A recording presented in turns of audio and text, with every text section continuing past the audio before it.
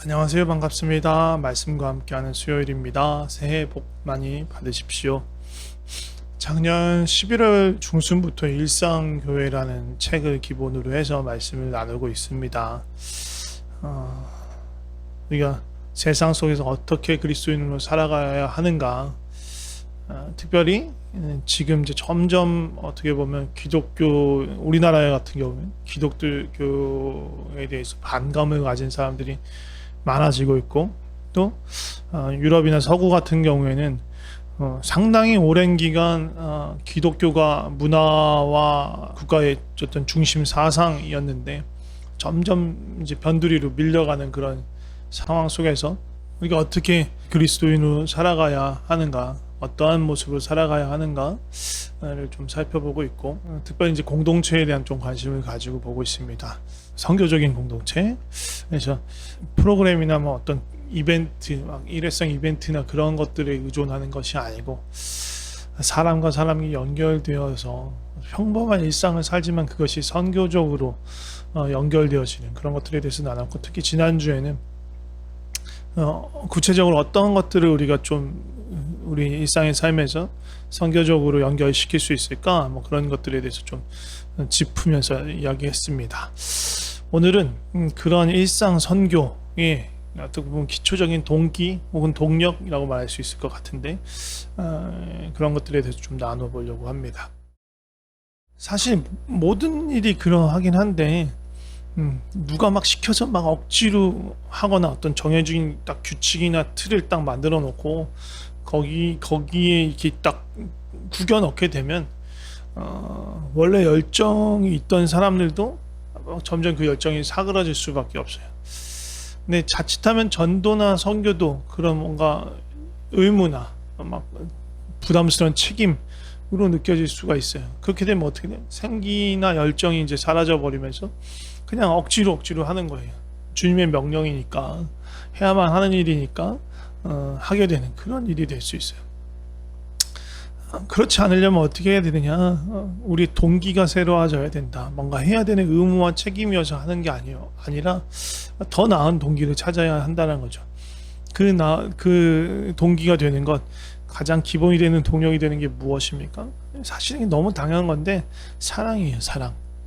하나님을 사랑하고 이웃을 사랑하고 또 우리의 삶을 사랑하는 것, 그것이 가장 기초적인 동기가 되어야 됩니다. 사랑 없이 행하는 일들은 결국 율법이 되고 우리에게 무거운 짐이 될 수밖에 없어요. 우리의 모든 일들, 세상의 모든 일들도 그렇지만 모든 일의 가장 근원에는 하나님이 계시고 그 하나님의 사랑이 있습니다. 하나님께서 사랑으로 모든 창조를 행하셨고, 사랑으로 우리를 이 땅에 있게 하셨고, 사랑으로 인해서 예수님이 이 땅에 오셨고 십자가를 지셨습니다. 그리고 지금도 우리를 향해서 그 사랑을 나타내 보이고 계시죠. 사랑이 그래서 그 중심에 있는 거예요. 그렇다면 우리는 그 사랑을 얼마나 깊이 경험하고 있을까요? 얼마나 나를 아끼시고 또 나와 가까워지기 원하시고 또 나와 함께 하길 원하시며, 또 함께 우리가 하나님을 알아가는 것을 기뻐하고 또 하나님께 우리 삶을 아뢰는 것을 기뻐하시는지를 알고 계십니까? 그걸 또 경험하셨습니까? 기독교 핵심은 바로 그거예요. 하나님과 사랑의 관계 안으로 들어가는 것, 그 사랑의 관계 속에서 살아가는 것이 믿음의 행보예요. 우리가 하나님을 먼저 사랑한 것이 아니라 하나님께서 우리를 먼저 사랑하셨죠. 우리를 먼저 사랑하신 그 하나님의 사랑을 알게 되고 그 사랑의 초청에 뛰어들어서 하나님을 사랑해 가는 것, 또 하나님이 나뿐만 아니라 나의 가족을, 또 내 이웃을, 또 세상과 열방을 사랑하신 것을 알기 때문에 그 사랑을 같이 품고 사랑하게 되는 것, 이게 우리 삶의, 어떻게 보면 삶의 전부라고 볼 수 있어요. 우리 신앙생활의 모든 것도 다 그거와 연결될 수밖에 없습니다. 말씀 보고 기도하고 예배드리고 뭐 훈련하고 뭐 전도하고 선교하고 구제하고 하는 그 모든 것들도 사실 이 하나님의 사랑, 하나님을 향한 사랑, 하나님의 사랑을 빼고는 말할 수가 없어요. 하나님을 사랑하기 때문에 말씀을 보고 기도하고 예배를 드리는 거고, 그 사랑을 나누려고 구제하고 선교하고 전도하는 거 아닙니까? 선교가 다른 게 아니에요. 내가 너무너무 좋아하고 사랑하는 분에 대해서 알려주고 싶은 거예요. 그 마음으로 시작하는 게 선교입니다. 예를 들면 이런 걸로 볼 수 있어요. 내가 우연치 않게 어떤 가수를 알게 됐어. 잘 알려지지 않은 어떤 신인 가수야. 그런데 너무너무 매력적이면서 노래를 너무너무 잘하는 거예요. 다른 사람 잘 몰라. 그러니까 내가 만나는 사람마다, 특히 뭐 음악을 조금 좋아하는 사람이라면, 야, 이 노래 한번 들어봐라, 야, 이 유튜브 한번 봐봐라 하면서, 그 만나서 그 자리에서 같이 이어폰을 나눠 끼면서 함께 들으면서 이 가수에 대해서 막 소개해주고 싶은 거. 네, 그런 거예요. 선교는 그런 거하고 비슷해요. 그렇기 때문에 선교의 가장 핵심은 하나님을 사랑하는 거예요.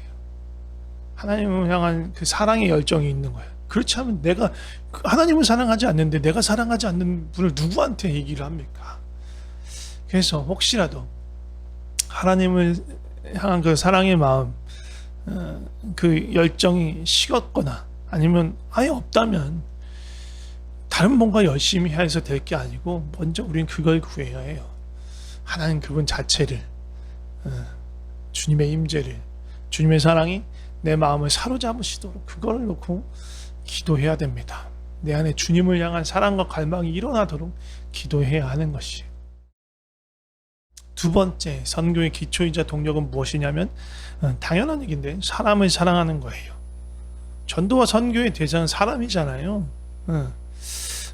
근데 뭔가 좀 실수할 수 있는 것, 전도와 선교에 있어서 흔히 실수할 수 있는 것 중에 하나는 뭐냐면, 그 사람을, 전도의 대상이 되는 그 사람을 그냥 대상으로, 정말 선교의 목표물로, 그냥 타겟으로만 딱 생각하는 거예요. 그 이상도 그 이하도 아니고 그냥 딱 타겟, 그냥 대상으로 여기는 거예요.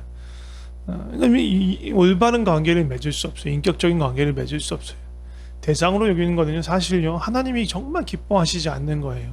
하나님을 향해서, 하나님과의 관계에서도 그렇고 사람과의 관계에서도 마찬가지예요. 대상으로 여긴다는 건 그 얘기예요. 나의 어떤 목적을 이루기 위한 수단이나 방법으로, 어떤 거쳐져 가는 단계로 누군가를 여기는 것, 그게 대상으로 여기는 거예요. 복음 전하는 것 자체, 한 사람이라도 복음을 전하는 것 자체에, 교회로 이끌어오는 것 자체가 목적이 되어버리면 그렇게 될 수 있어요. 그게 잘못됐다는 거예요. 우리의 목적은 그게 아니에요. 더 사랑하는 것, 하나님을 더 사랑하고 이웃을 더 사랑하는 거예요.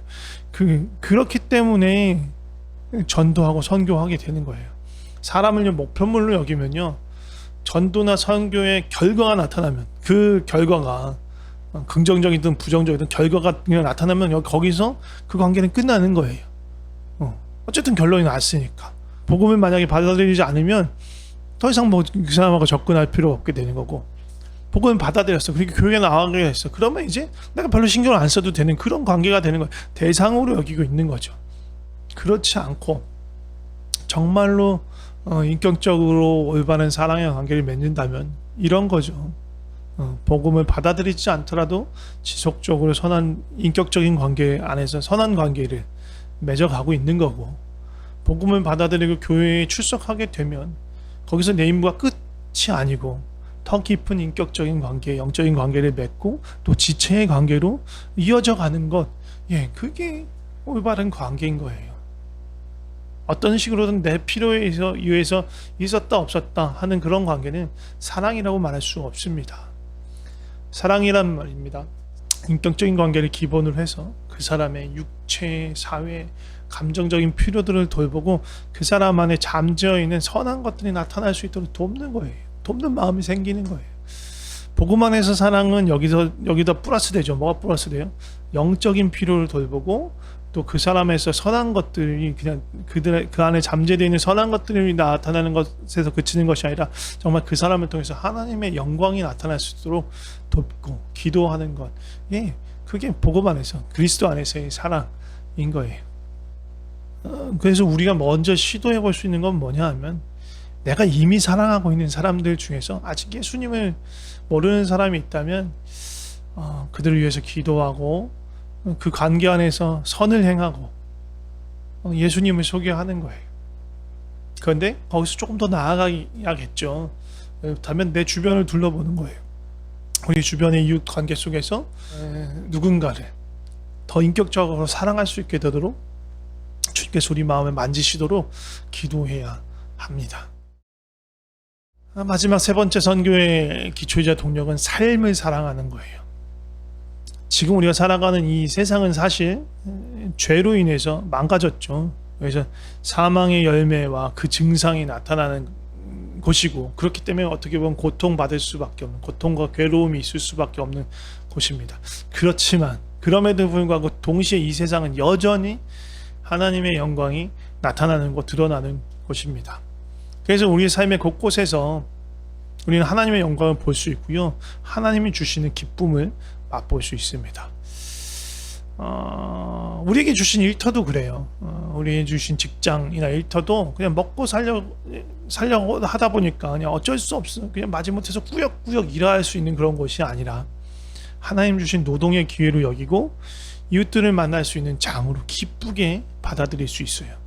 또 우리에게 주신 여러 가지 취미와 여가도 마찬가지입니다. 운동이나 문학이나 음식이나 패션이나 뭐 혼자서 이것저것 만드는 뭐 DIY라고 하죠. 그런 것들 안에서 우리가 기쁨을 누릴 수 있을 뿐만 아니라 그것을 통해서 이웃과 가까워질 수 있는 어떤 그런 만남의 계기가 될 수 있는 것도 될 수 있고, 또 도움, 그것을 통해서 이웃을 도울 수 있는 도움의 도구로 사용할 수도 있습니다.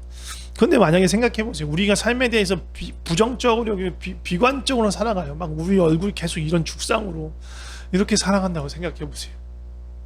그럼 누가 우리 삶을 보면서 나도 저런 삶을 살고 싶다, 저런 삶에 같이 어떻게 살아갈 수 있는 방법이 없을까라고 생각이 들까요? 아니죠.